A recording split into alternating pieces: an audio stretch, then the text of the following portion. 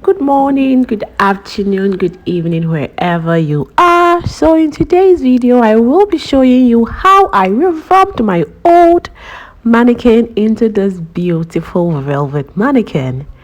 So, it was quite old. It was almost 40 years, and it had a lot of glue around it, and it was torn left to right. These were some of the materials I used. So I got my velvet fabric, and this was the color. I chose red because I just loved how it looked. And then I got my hammer, my wood nail, and then my selection 99. That was the brand I used. Yes, so that was how old it was. Like, can you see how messed up it looked? Yes, so originally this was the color that it came in with. They actually used knitting to do the sewing. I don't know why, but I think you can use overlock. You can use overlock to sew things like that sometimes. So that was what they did, and it is locally made. It is made here in Ghana, so you can see that it had a lot of papers that had been structured like that.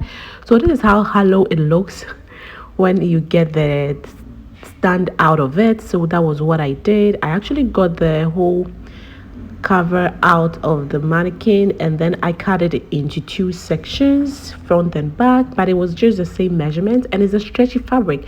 This was what was at the bottom of it to hold the holder.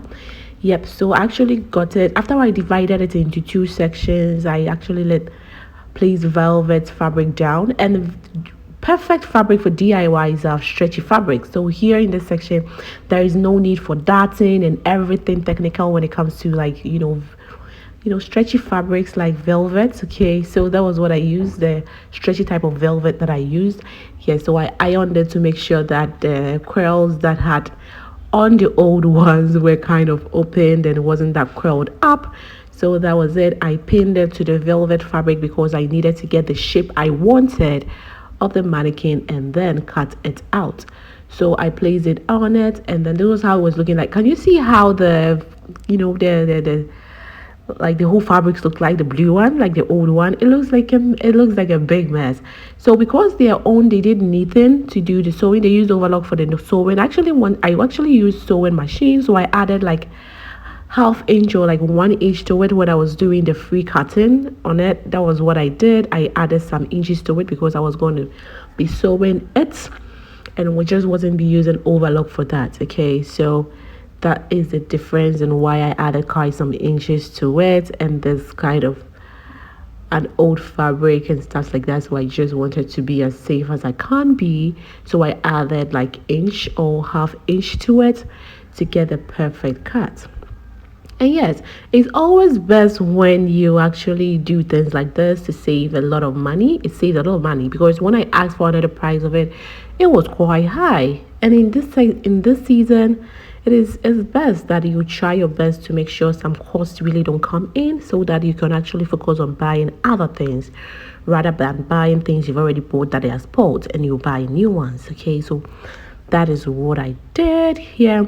And yes, I wanted to give it a bit of some hips. Most mannequins that comes nowadays have hips and butts like that, but during the olden times and stuff like that, it really didn't have that kind of hippie and that butt section.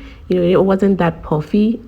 So here in this section, that is what you see me doing. I actually add my foam to it so that I could give it a bit of hips, and this is what I use for hip padding. So I wanted to pad it a little bit to give it a bit hips, and then it could be a bit curvy as I wanted it to be, so I just don't have to put in inner foam in and stuff like that, like pads in to pimp the hips up when I'm actually putting fabrics and stuff like that on it. I mean dresses on them.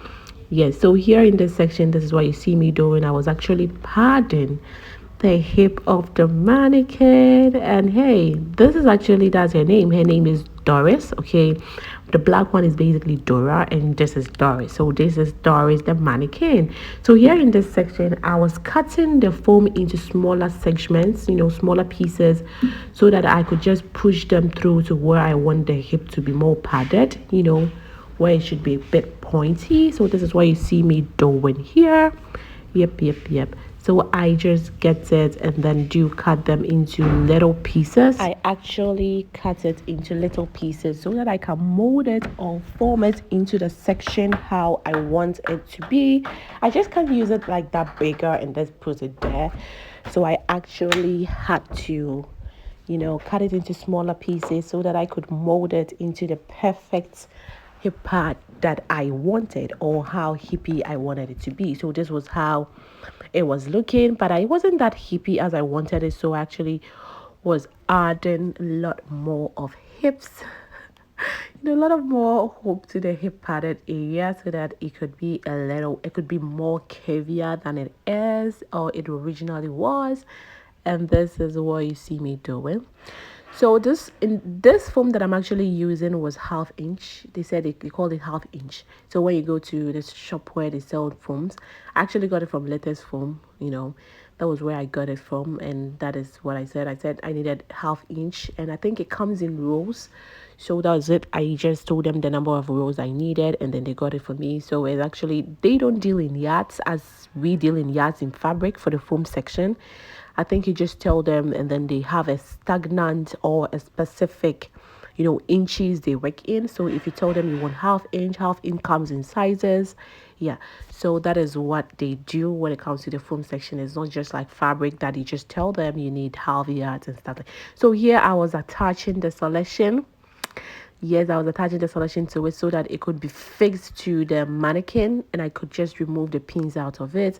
So this is me actually attaching the selection, which was a 99 brand. There are other brands as well. You can decide to use any brand that is available to you. This was the brand that was available to me, and this is what I use for the padded section. Yes, yes, yes, yes, yes. And hey, I will start uploading my sewing tutorials very, very, very, very, very, very soon. All the lads, so kindly do subscribe for more sewing tutorials now. There will be a lot of beading tutorials as well, so I think I will be combining the beading and the sewing tutorials on this channel. So kindly do watch this video, subscribe to the channel, share with your colleagues, and that would help this channel grow. But mind you, watching adverts in these videos really do help the channel. When it comes to the monetization section, it really does help this channel. So here in this section, okay, I actually put the velvet on it. It had been sewn, and then I was putting it on the mannequin. So this is how it was looking like at the end. This is how it is looking like. Okay, so I had to pull it quite tightly so that I would just add more solution to it. So I was pulling it down tightly. Yes, check the hip. I think I was around like 41 inches, which was super cool.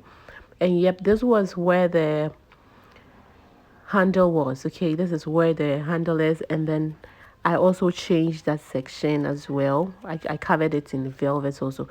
But when it came to this mannequin, that yes, I applied the solution at the hollow section so that I could just make the velvet get stuck on the mannequin. Okay, so I just don't have to be pinning or be pushing it day in day out. I just make sure that I apply the selection there, and then I was pulling it tighter so that yes, it can get tight with the mannequin. Okay, so this was what I was doing here in this section.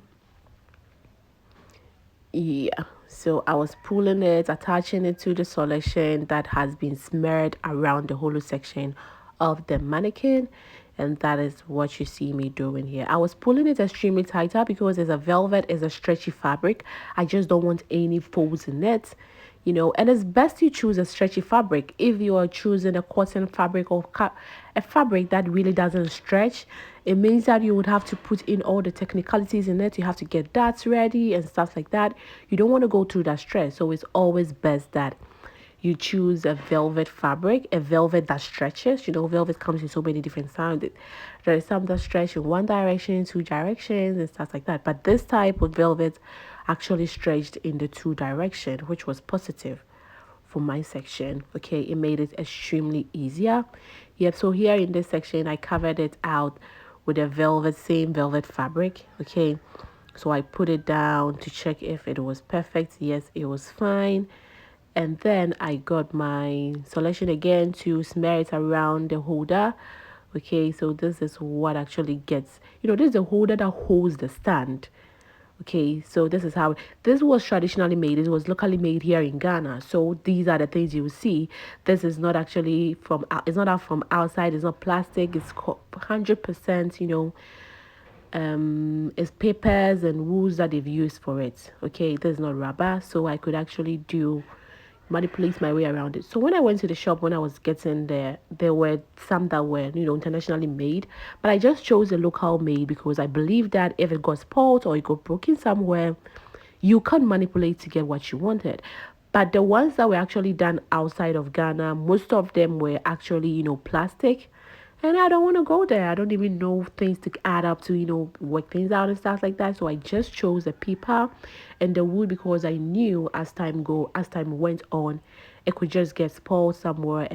So here in this section, I was attaching the holder of the stand to the mannequin itself. Okay, and I had to, use the wood nail to actually attach the holder, which was the woody side, to the paper side to give it that frame. I couldn't use the selection because, I didn't feel it would give it that strong hold I wanted, because some of the dresses are extremely heavy. So you don't want to be putting a heavy dress on a mannequin that has a weaker stand. It's definitely going to break down.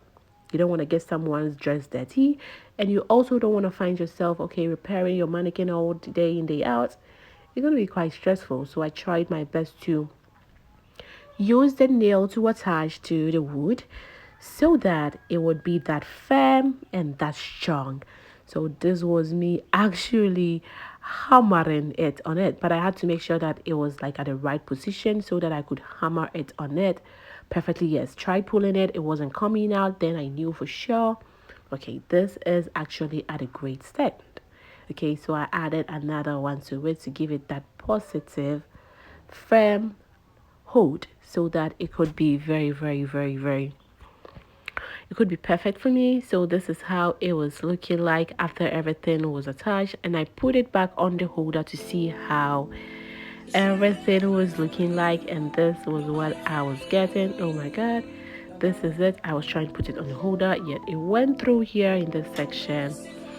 And yes, this is how it was looking like. Okay, so you don't need to get, and I didn't need to get a new mannequin. I just had to change the cover.